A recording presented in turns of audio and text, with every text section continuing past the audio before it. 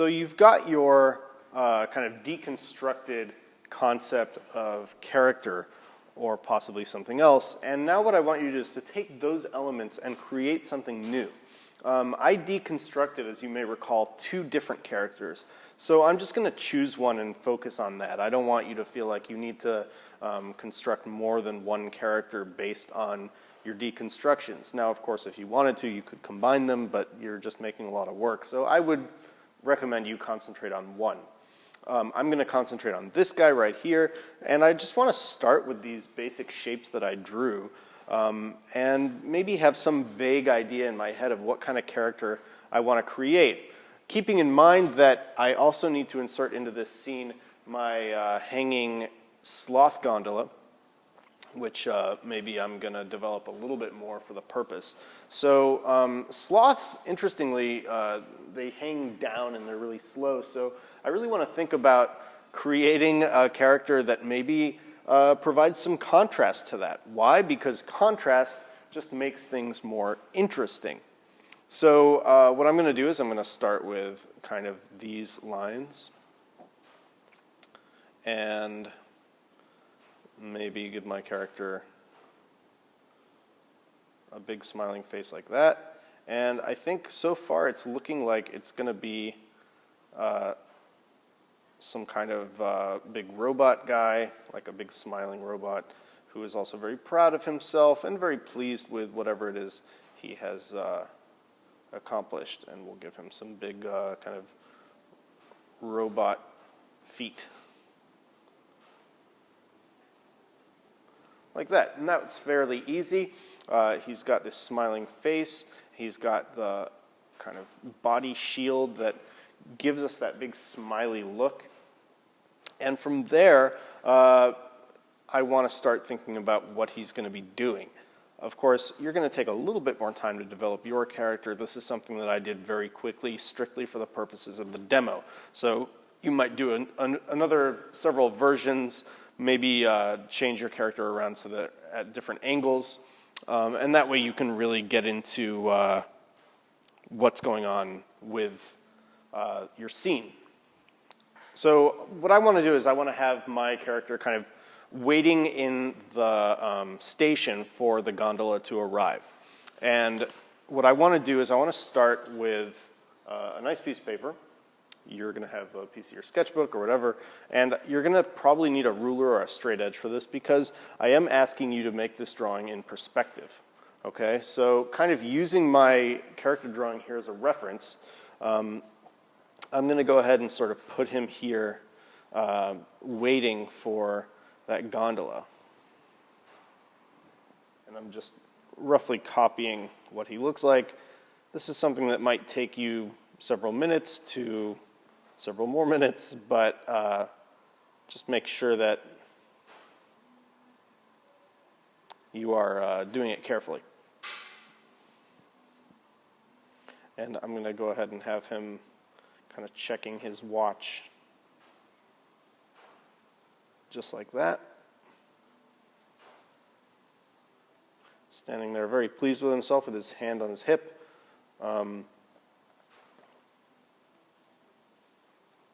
He's got his little joints at the knee. Let's give him a little suitcase. And we're going to go ahead and put that in perspective too. Okay, so he's got his little suitcase. I'm done referring to my character. I feel like he is in the scene pretty well now. And now I want to start thinking about how I'm going to create a sense of depth in this scene. And that is something that I am going to ask you to do. I'm going to very lightly pencil in a horizon line. And since I already did the suitcase in perspective with these 2 lines going that way, I know that they're going to converge right there. So I want to go ahead and put my horizon pretty low in this scene. And as I'm working, I get to kind of think about, like, where does this take place? What crazy world are we living on where this robot is waiting for a sloth gondola? And since I have my horizon line, and remember, that's not the actual horizon, it's just the line on which I'm going to place my vanishing points. for this exercise. And I want to go ahead and make a vanishing point right there, because I'm going to do some perspective stuff now. And I'm still thinking about what this world is going to look like, but I can already get started on filling it in with some of the elements that I've designed. So this is going to be the cable that the gondola rides on. And I'm going to go ahead and kind of put it here in the distance. So I need to make sure that that gondola is also obeying the laws of perspective.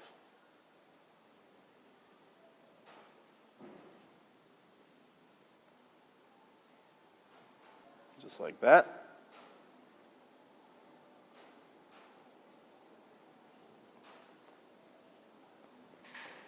And I realize I drew a straight line here, but I want to make the gondola kind of going from post to post a little bit. So I'm going to put in some support columns that are going to be holding this thing up. And I want them to be a little bit higher.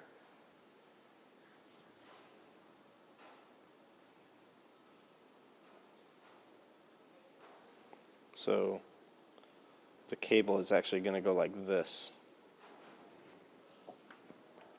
And then this support column is going to be here.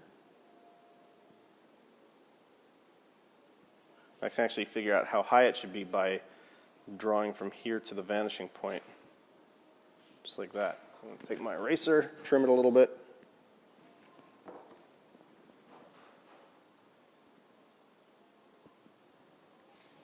And there's going to be another support column. Remember, as the support columns recede into the background, they appear to get closer and closer together because of the laws of perspective.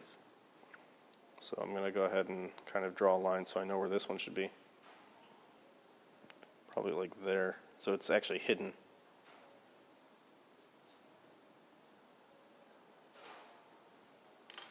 So I'm going to erase this straight line, because I want to maintain that effect of the cable being kind of hanging.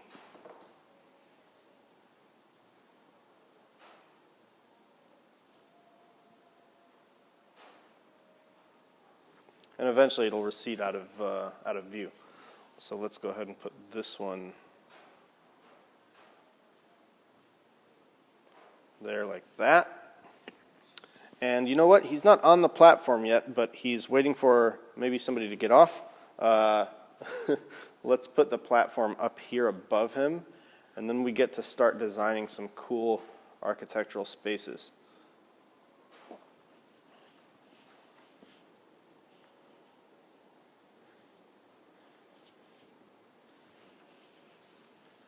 And I'm just quickly using my vanishing point to create these lines.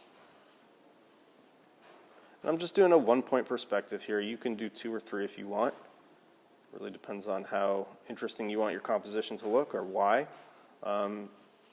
Multiple vanishing points do not work for every composition, but they do tend to add a lot of visual dynamics, which can be great. So this should go like that.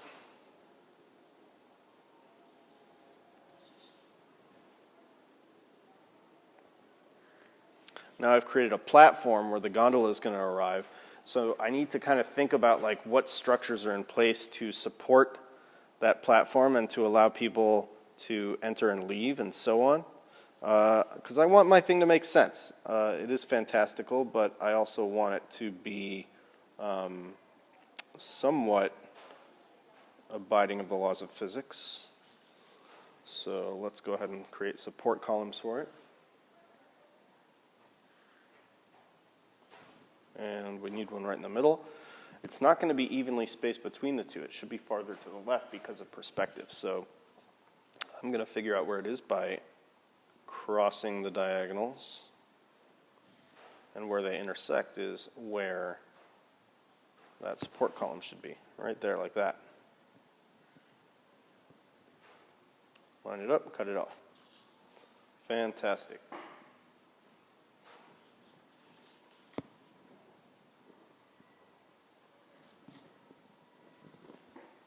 Excellent. Okay, now we're really getting started.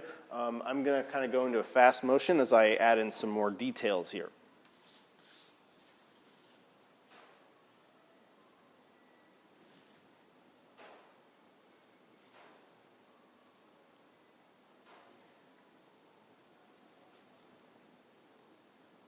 So I've kind of got this scene with my depot and my character and the gondola, and they're both featured. I would say he is prominent, but the gondola isn't quite big enough for me to get a sense of how that works. So I'm going to make another one that's like in the station. And I'm just going to start it right now.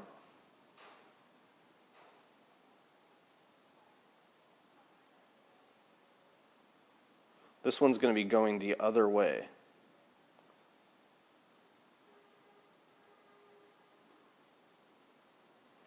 Maybe I can put some more of these cool robots up here. There's one waving. Looks like your friend's already here, dude. You just got to go pick him up. Let's put on a railing so the robots don't fall off. That's where the gondola goes through. Okay, so we've got kind of a railing. There's an elevator that comes down. And now I can start to add in some more cool stuff, such as buildings and scenery and so on. So I'm going to create out of this. This is the front edge of my station, and this is going to be the back edge. Basically what I want to do is I want to give it a little bit of more depth back here.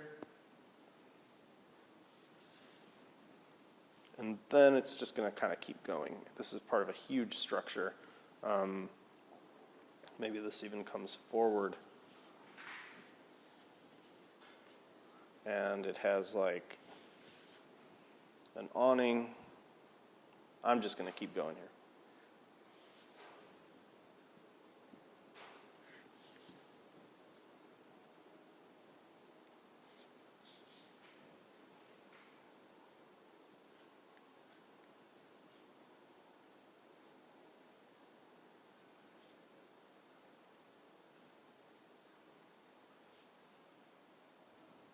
Okay, I've started to kind of arrive at a scene. I've got mountains in the background, these kind of interesting and also not interesting buildings in the foreground. I've got my character, I've got my vehicle design, and now everything is starting to kind of make an illustration of a concept. I'm starting to get close to a world that I've developed.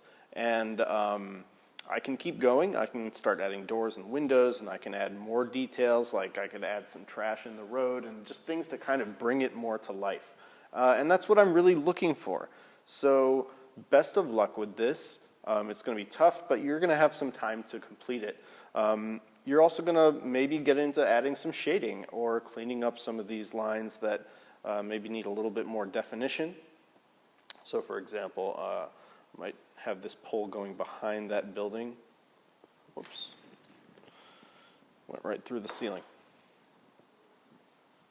So not everything is kind of religiously religiously drawn with tools, but I can add in stuff as I need. So basically you want to kind of take time and like refine some of the edges so that it's very clear where everything begins and ends. And I'm doing it freehand because I'm trying to do it quickly. You do not have to do it freehand. In fact, if you don't think that it looks good freehand, I do recommend using those tools that you've got.